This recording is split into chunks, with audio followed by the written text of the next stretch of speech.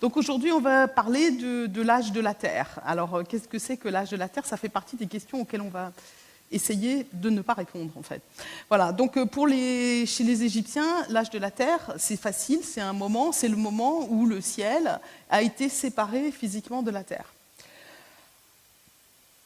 Pour nous, c'est un petit peu plus compliqué que ça, et on va donc parler de ces aspects-là. Alors si je vous dis que l'âge de la Terre, c'est 4 567 millions d'années et 300 000 ans, j'espère que vous êtes étonnés à la fois par cette durée, plus de 4 milliards d'années, et aussi par cette précision absolument incroyable, 160 000 ans sur cet âge que je vous donne ici.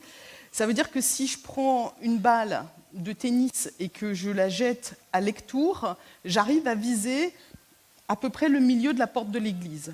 C'est 40 cm de précision, cet âge comparé à celui-là. On reste des amateurs comparé à Usher, qui, de la Bible, tirait un âge à l'heure près. Alors là, ce n'est pas une balle que je lance, parce qu'elle est beaucoup trop grosse. La précision ici est de l'ordre de 0,2 mm.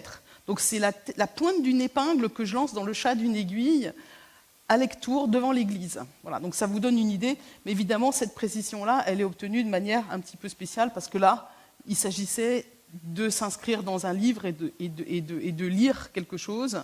C'est une démarche tout à fait différente de celle que moi je vais vous présenter. Alors d'abord, la question du début. On va revenir là-dessus tout à l'heure, mais qu'est-ce que c'est que le début? Ce qu'on voit ici, c'est une représentation de ce qu'on appelle le disque protoplanétaire ou la nébuleuse solaire, telle qu'elle a été conçue à peu près par Laplace en 1796. Depuis, notre représentation a un peu évolué, mais pas tant que ça.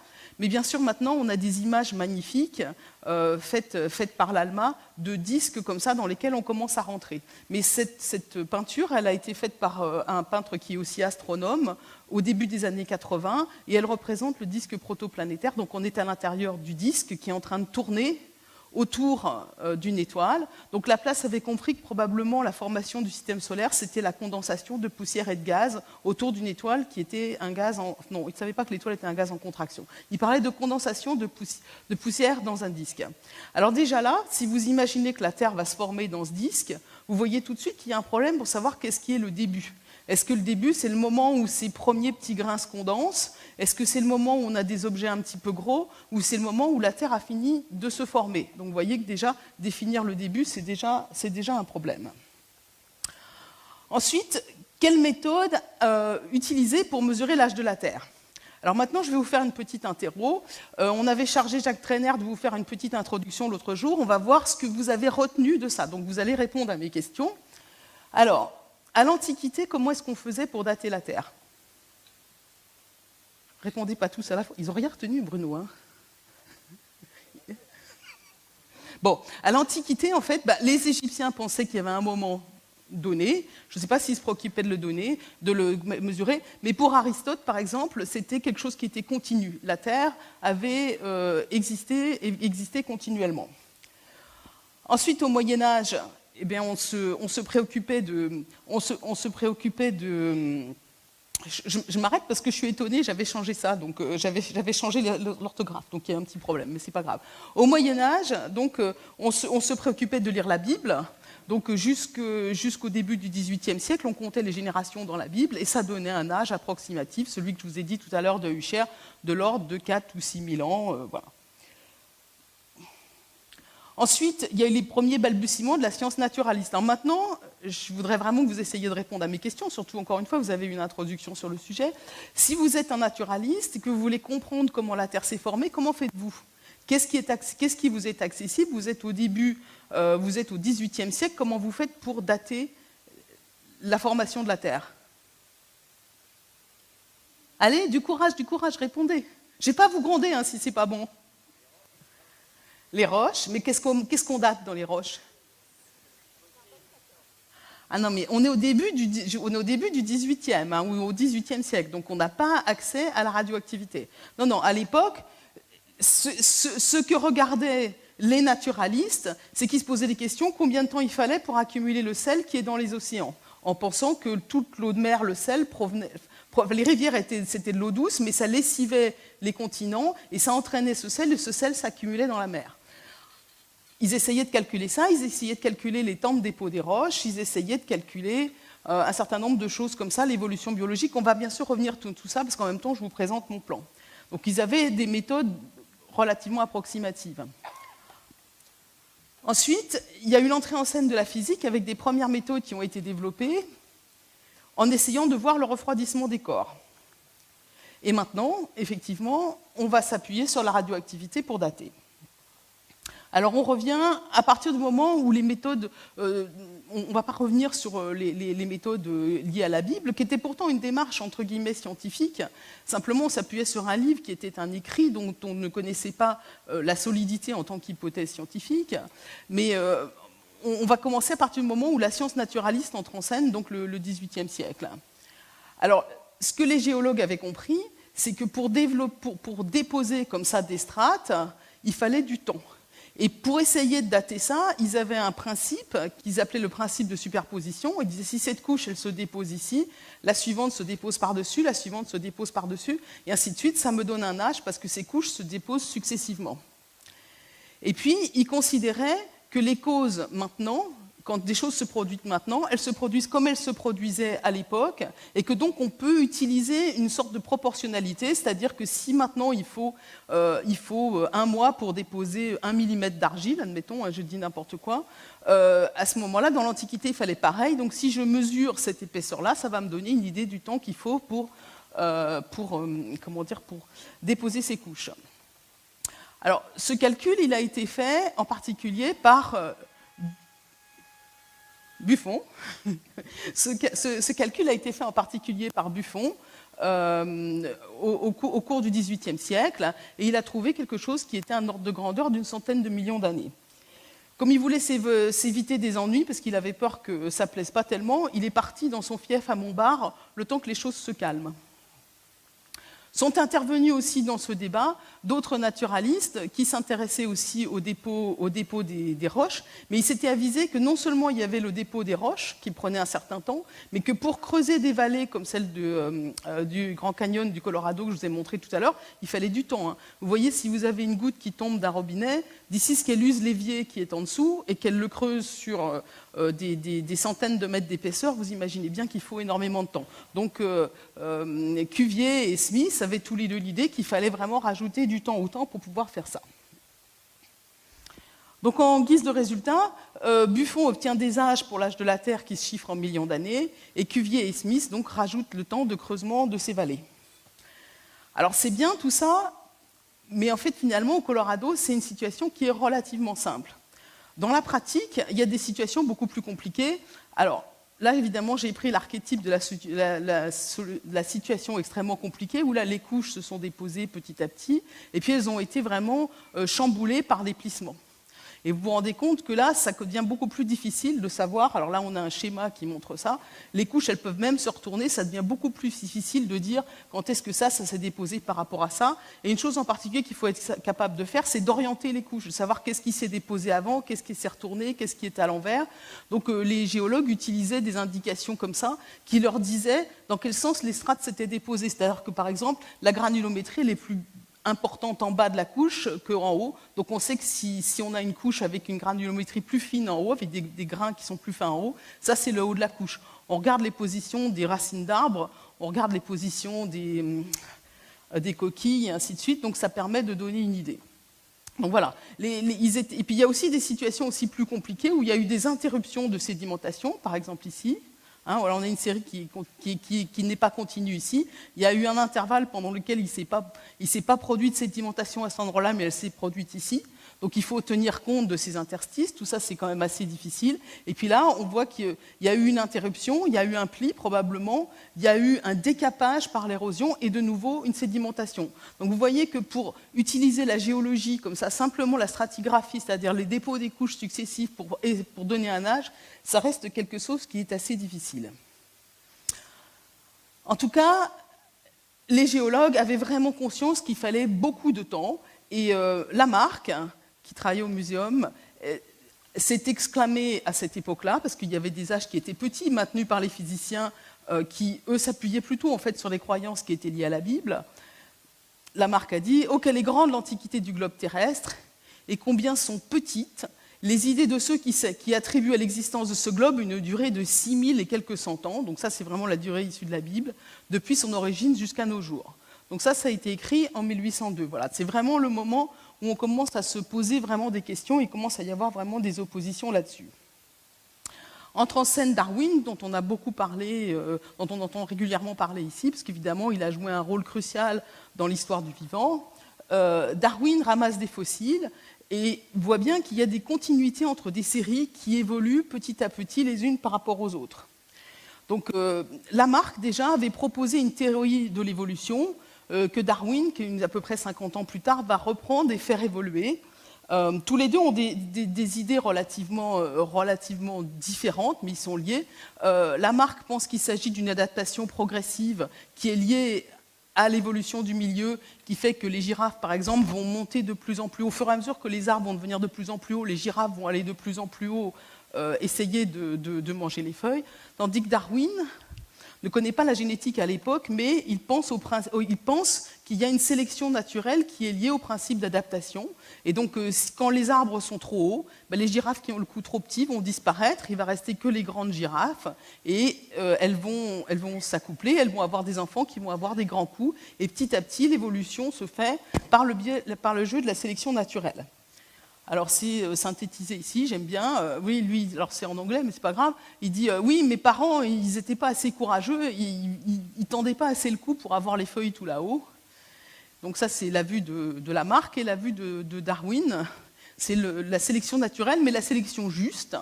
Donc lui, il dit voilà, tout le monde doit passer le même examen, et celui qui va gagner, c'est celui qui va pouvoir grimper à l'arbre.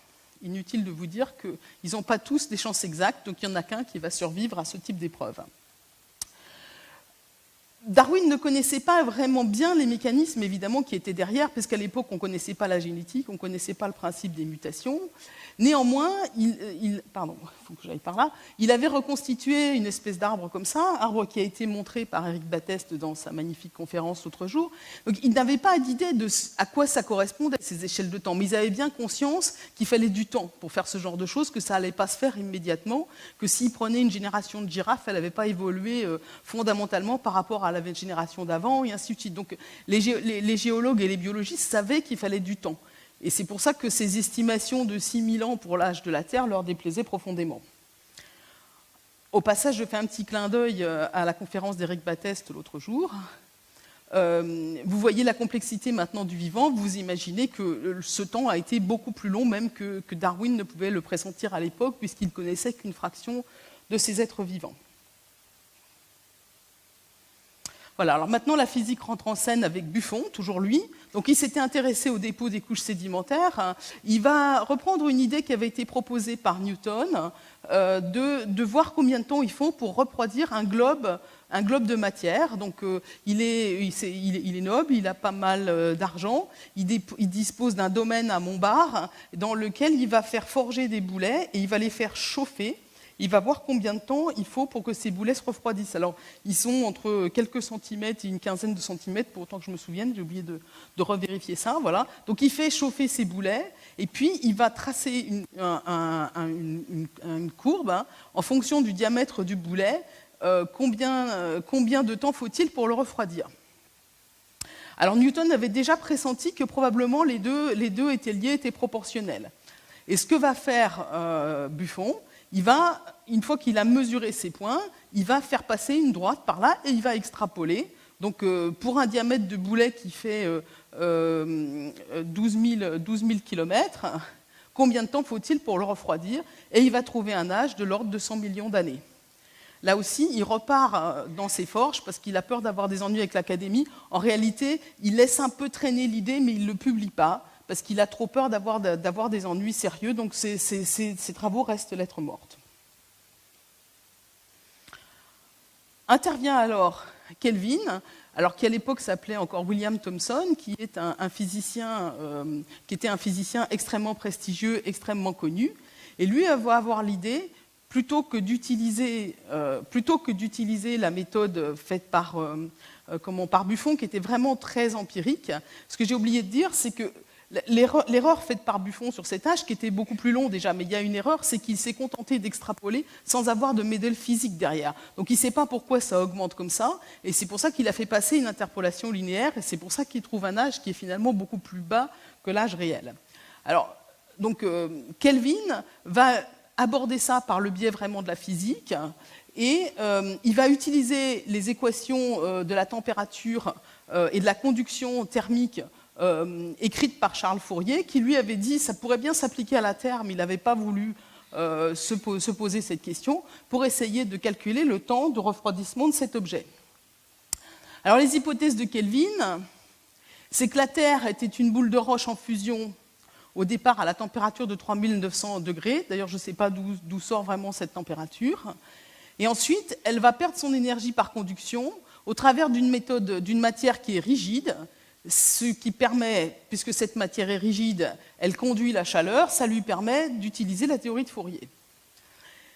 Il lui manque une autre donnée. En fait, ils savent depuis extrêmement longtemps que quand on s'enfonce dans la Terre, par exemple dans les mines, on va gagner 1 degré Celsius tous les 30 mètres. Donc ça nous donne la variation ici en surface. On sait que la Terre, elle se refroidit à l'extérieur par radiation. On sait qu'elle est chaude à l'intérieur. Donc on calcule le temps qu'il faut pour que cette partie-là ici arrive à un taux de un refroidissement graduel de 1 degré tous les 30 mètres. Et ça va donner à Kelvin un âge qui est compris entre 20 et 400 millions d'années. Kelvin est convaincu, c'est vraiment convaincu, s'il n'y a pas d'autre expression, parce qu'il y a quand même une part de magie, entre guillemets, là-dedans, parce que la barre d'erreur est très grande, en particulier parce que les conductions n'étaient pas si bien connues que ça. Kelvin est convaincu que c'est plutôt vers la fourchette basse de cet âge qu'il faut aller, en particulier parce que Kelvin ne s'intéressait pas particulièrement à la biologie, il considérait que la vie c'était une propriété intrinsèque de la matière, qu'elle pouvait bien même être venue d'ailleurs, ça ne lui paraissait pas une contrainte qui était suffisante. Et puis Kelvin va, à partir de 1862, s'intéresser à la théorie de Helmholtz sur la nature du Soleil. Alors là, je reprends un transparent que Roland, dans sa belle conférence, vous a déjà présenté et dont je suis repartie. Une des questions que Kelvin s'était posée, c'est combien de temps est-ce que le Soleil a pu briller ? Helmholtz avait proposé que le Soleil, en fait, l'énergie du Soleil était liée à son effondrement gravitationnel et que la durée de vie du Soleil pouvait être calculée en fonction simplement de sa luminosité et on a l'énergie on a l'énergie gravitationnelle qui est disponible, on a la luminosité du Soleil et on en déduit un temps. Donc le temps calculé par Helmholtz, c'est de l'ordre de 30 millions d'années.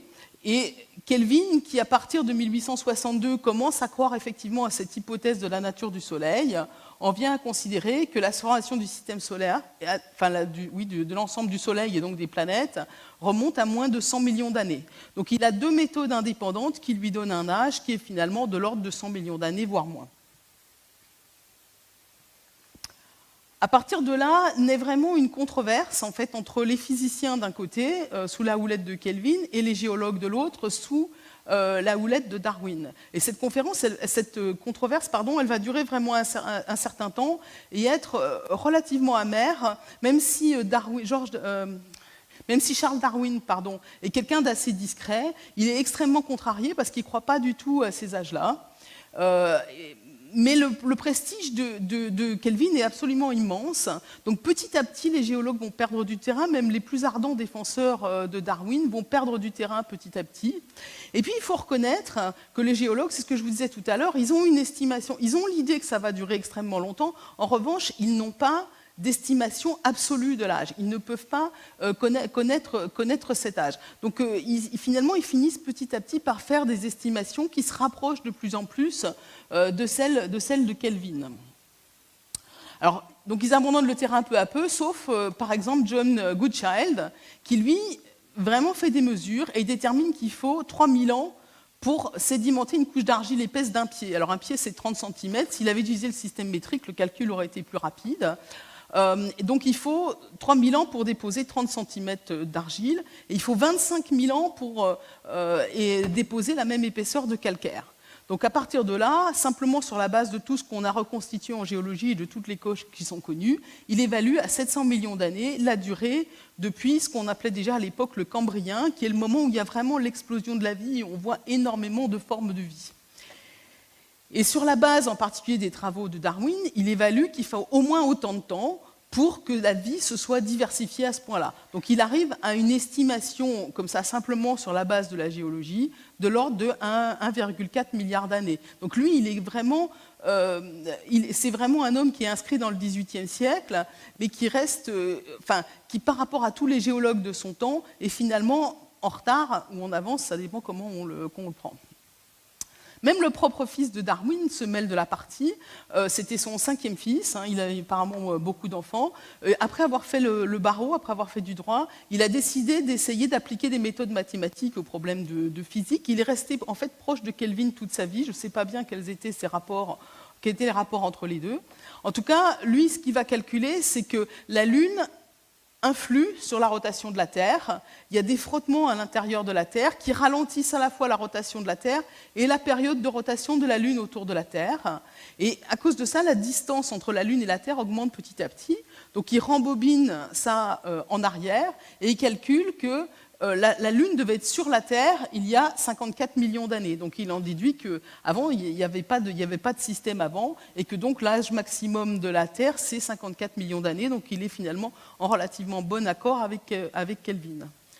Et Darwin va mourir en 1882 sans que ce problème ait été résolu. Alors, science dure, la physique. Science semi-molle, hein, parce qu'il y a quand même des cailloux, donc c'est quand même un petit peu dur. Qui avait raison dans cette affaire-là?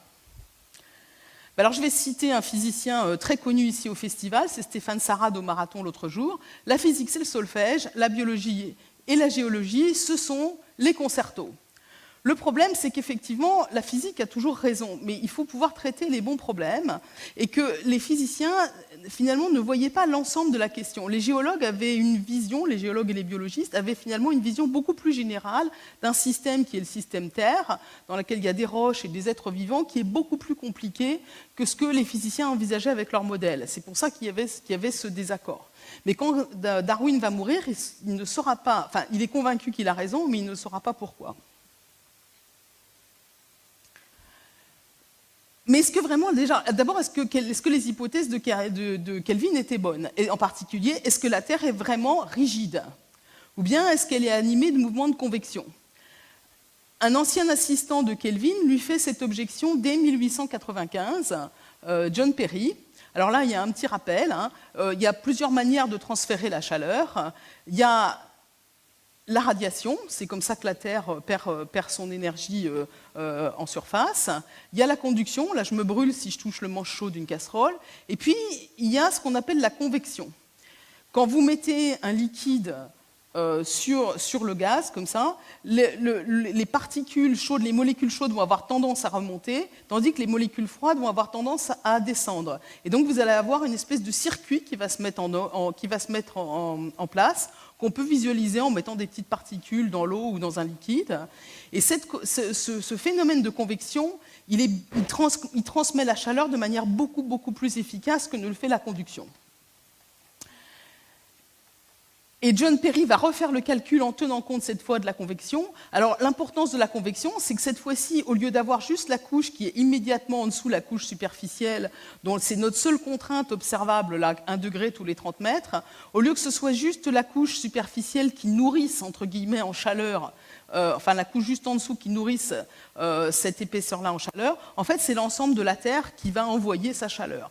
Et donc à partir de là, ça veut dire qu'il y a un apport constant de chaleur venu de l'intérieur, et que donc le taux de refroidissement, enfin le temps mis pour se refroidir jusqu'à ce gradient-là qu'on calcule est beaucoup plus lent, puisqu'il y a un apport constant de chaleur depuis l'intérieur.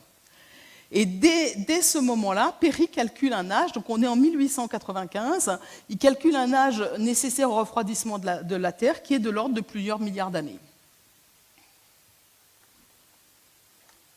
Mais Perry n'arrivera jamais à convaincre Kelvin. Alors la question maintenant, c'est qui a raison? Alors je saute à l'époque actuelle. Maintenant, on sait bien qu'effectivement, il y a des mouvements de convection dans la Terre. Avant d'aller plus loin, je veux quand même juste rajouter 2 précisions, parce que ce genre d'image, vous avez vu ça régulièrement, il y a 2 choses qui sont importantes à savoir. D'abord, la Terre n'est pas liquide. Elle est animée effectivement de mouvements de convection, mais elle n'est pas liquide, elle est solide. Elle est solide, mais elle flue. Ceux qui étaient au marathon, je pense que c'était il y a 2 ans, Roland a montré l'expérience de la goutte de poids. On met de la poix qui est, entre guillemets, solide dans un compte-gouttes, et tous les 10 ans à peu près, il tombe une goutte. Donc ça veut dire que la poix, elle a flué très lentement, mais ce n'est pas un liquide. Quand on le touche, c'est un solide. On peut donner un autre exemple, c'est la mer de glace.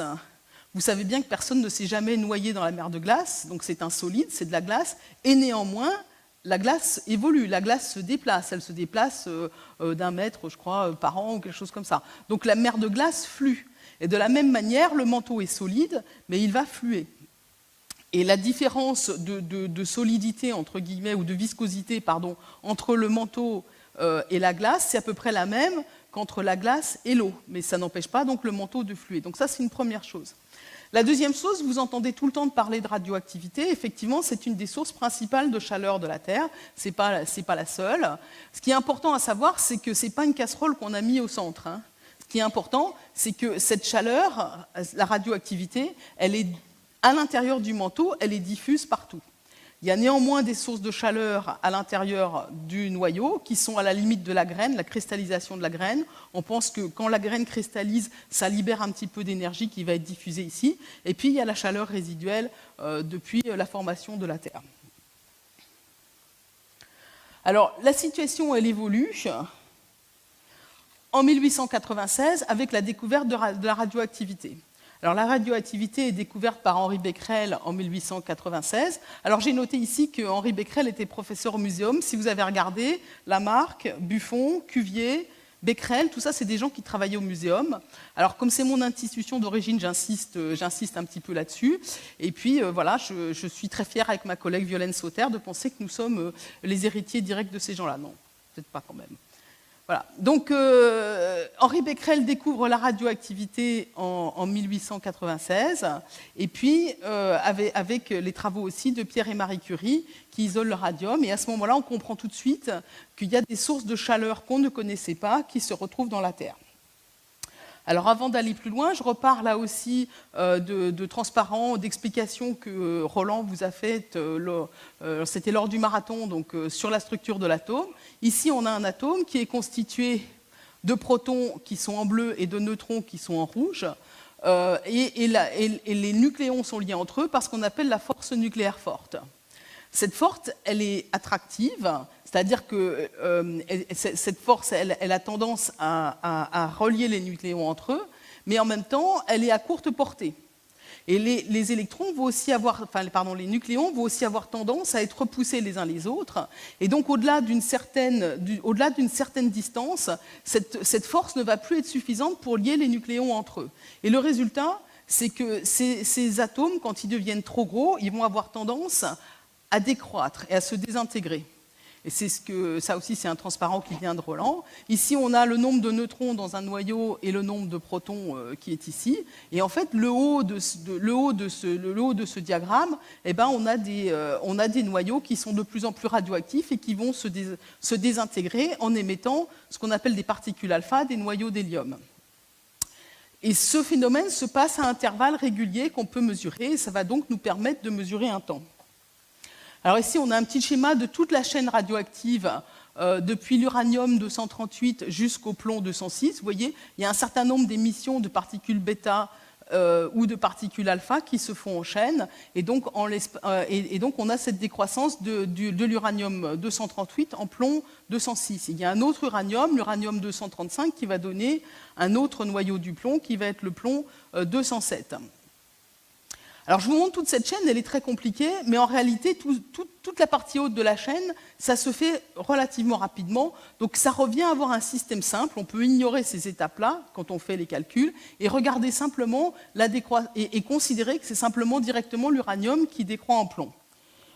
bien que ce soit un système un petit peu plus long. Là, on a deux noyaux de plomb qui sont en train de discuter, puis qui dit « Oh là là, quand j'étais jeune, j'étais super actif. Et puis après, un jour, comme ça, j'ai émis une particule alpha, et après, ça n'a pas arrêté. Ça a été la désintégration, l'intégration. Maintenant, je suis complètement crevé. » Voilà, donc voilà, ça, c'est l'évolution de ces noyaux. Alors, la radioactivité, c'est la source interne de chaleur qui est diffuse dans le manteau, et c'est l'un des moteurs de la convection. Je vous ai dit tout à l'heure, il y en a d'autres. Mais ce n'est pas en estimant cette source de chaleur produite qu'on va pouvoir vraiment estimer un âge à partir des méthodes de la physique, telles que les ont employées avec les équations de Fourier, avec les méthodes faites par Kelvin. C'est beaucoup trop compliqué comme système. Il ne suffira pas de regarder ça pour avoir vraiment une idée de la durée de l'âge de la Terre. Mais la radioactivité, ça nous offre aussi une horloge, un chronomètre qui va nous permettre de mesurer un âge. Donc là, je vais re-rentrer, ça aussi, Roland l'a expliqué un petit peu, je vais re-rentrer un petit peu sur comment ça marche, mais je vais essayer de vous expliquer ça sans utiliser d'équation. On regarde ici l'abondance de l'isotope pair, donc là, en l'occurrence, l'uranium-238, et qui décroît au cours du temps. Ici, on a une unité de temps, l'unité réelle n'a pas d'importance. Et en fait, ce qui se passe, c'est que à des intervalles de temps fixes, qu'on appelle la demi-vie de ce noyau, la moitié de l'isotope du noyau pair va avoir disparu. Alors si vous prenez un noyau un particulier, n'importe lequel, vous dites ce noyau-là, vous êtes incapable de dire s'il va se désintégrer maintenant, ou dans 10 jours, ou dans 6 mois, ou dans 1000 ans. En revanche, statistiquement, on a suffisamment de noyaux dans le milieu pour qu'il y en ait à peu près la moitié qui se soit désintégrée au bout d'une demi-vie. Et puis si on attend une deuxième demi-vie, il y a encore la moitié des noyaux qui étaient là qui se sont désintégrés. Donc ce que vous voyez ici, c'est l'isotope pair qui diminue petit à petit, de moitié en moitié, comme ça, à toutes les périodes. Et puis, parallèlement, il y a l'isotope fils qui va augmenter. Et comme cette période, cette demi-vie, on peut la mesurer, on la connaît, et on peut s'en servir comme chronomètre. Oui, mais pour se servir d'un chronomètre comme ça, il faut connaître Pour se servir d'un chronomètre comme ça, il faut connaître l'origine. C'est-à-dire être sûr, par exemple, si on va mesurer les isotopes du plomb qui ont été produits par la décroissance de l'uranium, il faut être sûr qu'il n'y avait pas de plomb dans le milieu au départ. Parce que s'il y a du plomb au départ et qu'on ne le connaît pas, évidemment, ça va fausser notre estimation. Deuxième problème, savoir quelle est la quantité d'uranium par rapport à la quantité de plomb dans le milieu, parce qu'on se doute bien, s'il y avait beaucoup d'uranium au départ, ça va aller beaucoup plus vite. C'est ce que je vous ai mis là. Au lieu d'aller de 0 à 1200, on est allé de 0 à 2400 dans le même temps. Donc ça, c'est deux problèmes qu'il faut essayer de résoudre. Alors, et quand les deux sont ensemble, vous voyez là, on a une échelle qui est en quelque sorte flottante, qu'il faut essayer de résoudre. On a en gros trois inconnus, en fait, et puis seulement deux équations pour les résoudre.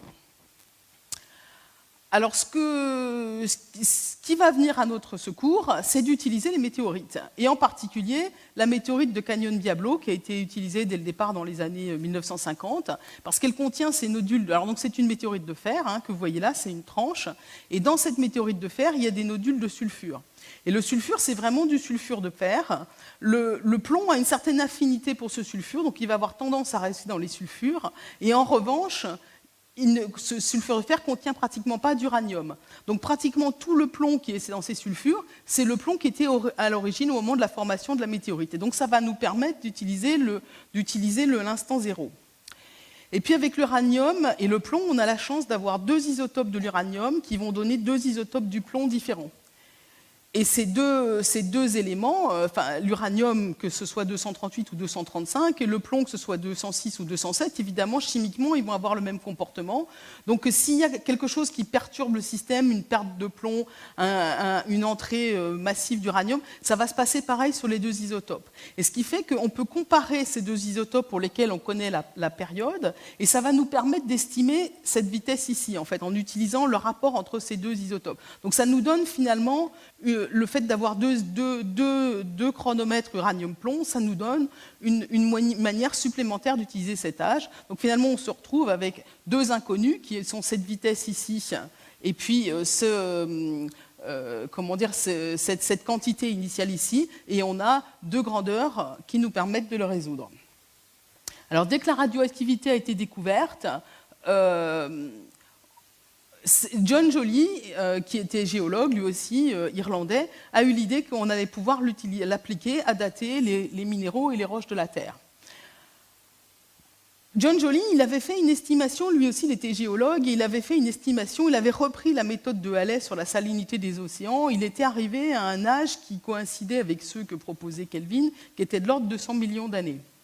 Quand il a utilisé les premières méthodes de datation avec l'aide de Rutherford, le physicien Rutherford, ils sont arrivés à une datation, je ne sais pas quels objets exactement ils ont datés, mais ils sont arrivés à un âge de 1,4 milliard d'années. Donc maintenant, on a une méthode de datation pour dater les roches. Le problème, c'est de savoir quel échantillon faut-il dater pour obtenir un âge. Alors évidemment, on va essayer de dater les roches les plus anciennes de la Terre. Alors maintenant, ces roches, enfin, celles qu'on connaît à l'heure actuelle, sont représentées ici. Au Canada, dans les vieux boucliers, qui sont les vieux continents les plus anciens, on trouve des gneiss, ces roches qui ont été très plissées, très travaillées. Et pour le moment, c'est la roche la plus ancienne qu'on connaisse, elle a 4 milliards d'années.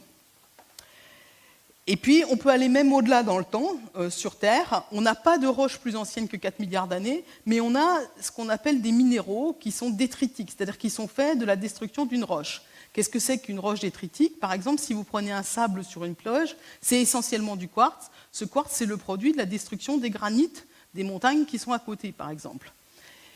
Ces zircons, c'est pareil, ils sont le produit de la destruction de roches qui sont probablement des roches continentales, et on ne trouve que les zircons parce que c'est vraiment le minéral qui est le plus résistant. Et ces zircons qu'on trouve en Australie, les plus anciens qu'on connaisse, ils ont 4,4 milliards d'années. Donc on peut remonter l'histoire de la Terre grâce aux éléments qu'on trouve sur Terre, minéraux, roches, jusqu'à 4,4 milliards d'années. Mais ce zircon, il s'est formé dans une roche, par un magma qui a cristallisé. Il s'est formé dans une roche. Donc avant que ce zircon cristallise, il y avait déjà des magmas, il y avait déjà une croûte probablement, parce qu'en plus, c'est un type de minéraux qui pousse dans des roches qui sont déjà relativement évoluées. Alors comment remonter au-delà? Qu'est-ce qui se passait avant 4,4 milliards d'années? Pour le moment, sur Terre, on n'est pas capable d'aller au-delà. Et l'idée qu'a eue Claire Patterson en 1953, c'est de déterminer l'âge de météorites, de plusieurs météorites, et de vérifier qu'elles se sont formées simultanément, et qu'en plus le plomb qu'on trouve dans ces météorites a des caractéristiques communes avec celles de la Terre, et ils pensent que la Terre et ces météorites se sont formées en même temps.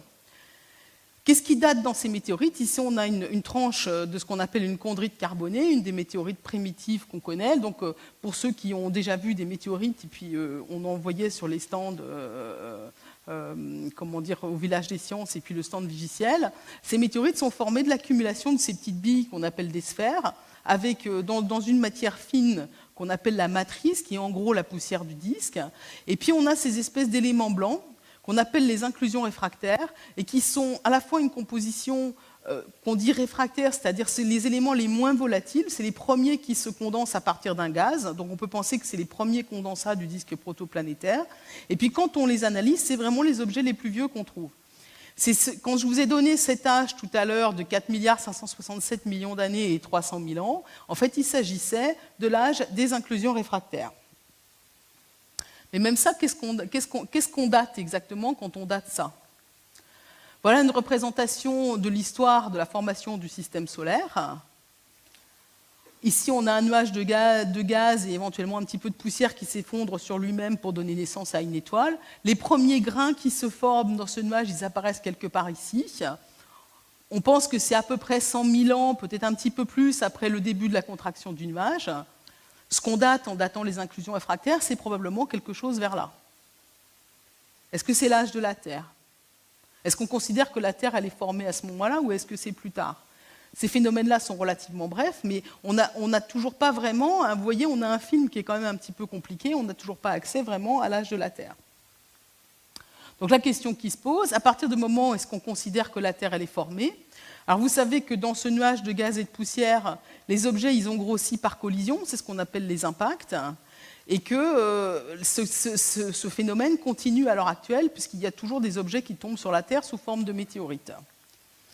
On a tendance à considérer que le dernier gros impact qui a donné naissance à la Terre, c'est quand il y a eu la collision d'un objet à peu près de la taille de Mars, qui est entré donc en collision avec la Terre et qui a fondu toute la surface de la Terre. Une partie le noyau, le matériau lourd qui était au centre de cet objet a vraisemblablement coulé au centre de la Terre. La Terre était fondue sur à peu près 1000 km d'épaisseur. Et puis une partie des matériaux de cet objet qui sont repartis se mettre en orbite autour de la Terre et qui ont ensuite coalescé pour donner naissance à la Lune. Donc ça, c'est vraiment le dernier événement vraiment majeur de la formation du système de la Terre. Est-ce qu'on considère que c'est ça, l'âge de la Terre? Et si on considère que c'est ça, l'âge de la Terre, on ne parle plus de 4 milliards, alors 4 567 milliards d'années, on parle d'un phénomène qui s'est produit vraisemblablement une dizaine de millions d'années après la formation des inclusions réfractaires. Et puis on peut aussi se poser la question de à partir de quel moment la Terre a son aspect actuel, c'est-à-dire qu'elle est différenciée avec un noyau central, un manteau et une croûte, comme elle est à l'heure actuelle. Ça, c'est quelque chose qui a mis aussi un certain temps à se faire, probablement aussi de l'ordre de 40 millions d'années. Donc l'âge de la Terre, là, maintenant on a un système qui est quand même relativement complexe, savoir qu'est-ce qu'on doit dater. Néanmoins, on a une limite qui est cet âge des inclusions réfractaires.